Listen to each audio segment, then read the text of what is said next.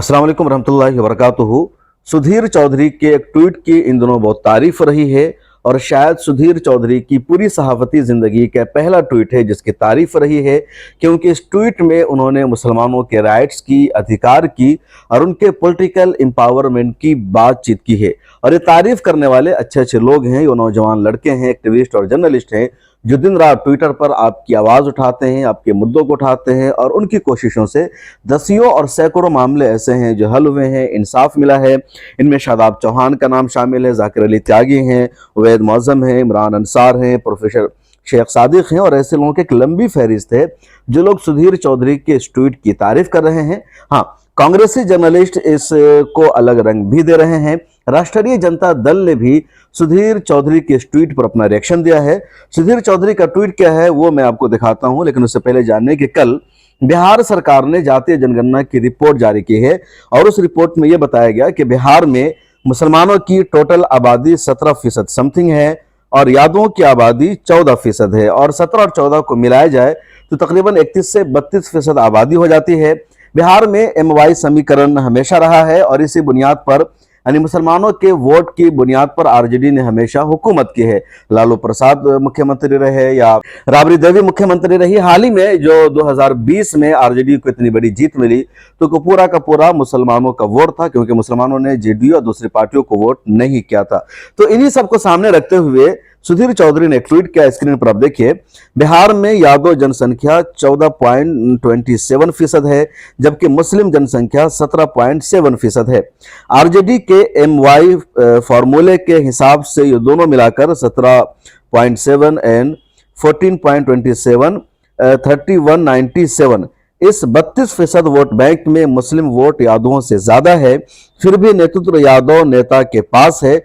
मुस्लिम नेताओं को अब इस गठबंधन में सीनियर पार्टनर बनाना चाहिए।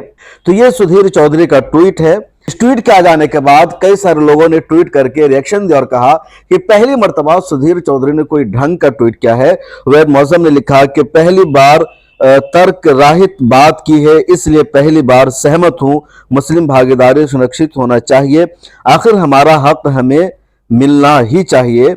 अंसार इमरान का ट्वीट है कि पहली बार तुम्हारी बातों से पूर्ण रूप से सहमत हूं, अगर आबादी के हिसाब से हो तो राजनीतिक हिस्सेदारी तय होगी तब MY समीकरण में मुसलमानों को मुख्यमंत्री बनना चाहिए। ये बात आपको आज समझ में आई है, ये प्रोफेसर शेख सादिक कह रहे हैं। और इसी तरह का सब लोगों ने ट्वीट किया है। शादाब चौहान ने भी इस तरह का ट्वीट किया कि भले इसने कटाच करने के लिए तंज किया लेकिन मुसलमानों के मुद्दे की आवाज उठाई है। और मैं भी ये समझ रहा हूं कि सुधीर चौधरी का जो ट्वीट है मुद्दे की बात है और मैं उन लोगों में शामिल हूं जो हमेशा ये बात कहते आए हैं कि मुसलमानों की आबादी बिहार में 17% से ज्यादा है। वो जनगणना में बात आ गई है। यादवों की आबादी 14% है, लेकिन RJD की जो पार्टी है राष्ट्रीय जनता दल, उसमें मुसलमानों को हमेशा हाशिए पर रखा जाता है। कोई की पोस्ट नहीं दिया जाता है। ज्यादा जो बड़ी जिम्मेदारियां दी जाती है वो यादव समाज को दी जाती है।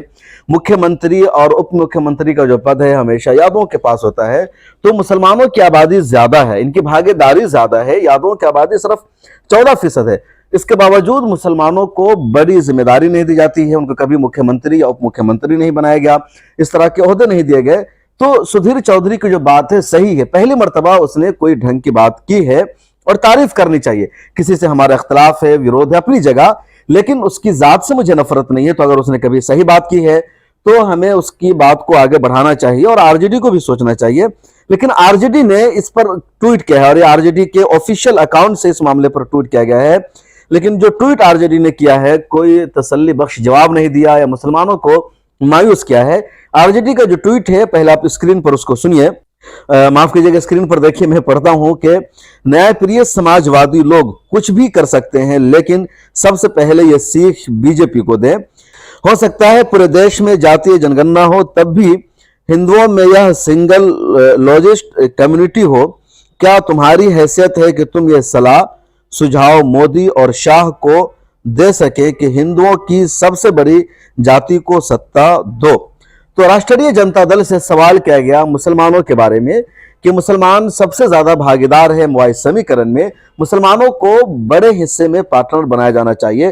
तो राष्ट्रीय जनता दल ने अपने ऑफिशियल ट्विटर हैंडल से जवाब देकर कहा कि तुम ये सलाह अमित शाह और मोदी को दो कि जो जाति सबसे ज्यादा भागीदार है, यानी 14% यादवों का वोट है, तो उनको सत्ता दिया जाए, उनको हिस्सेदार बनाया जाए।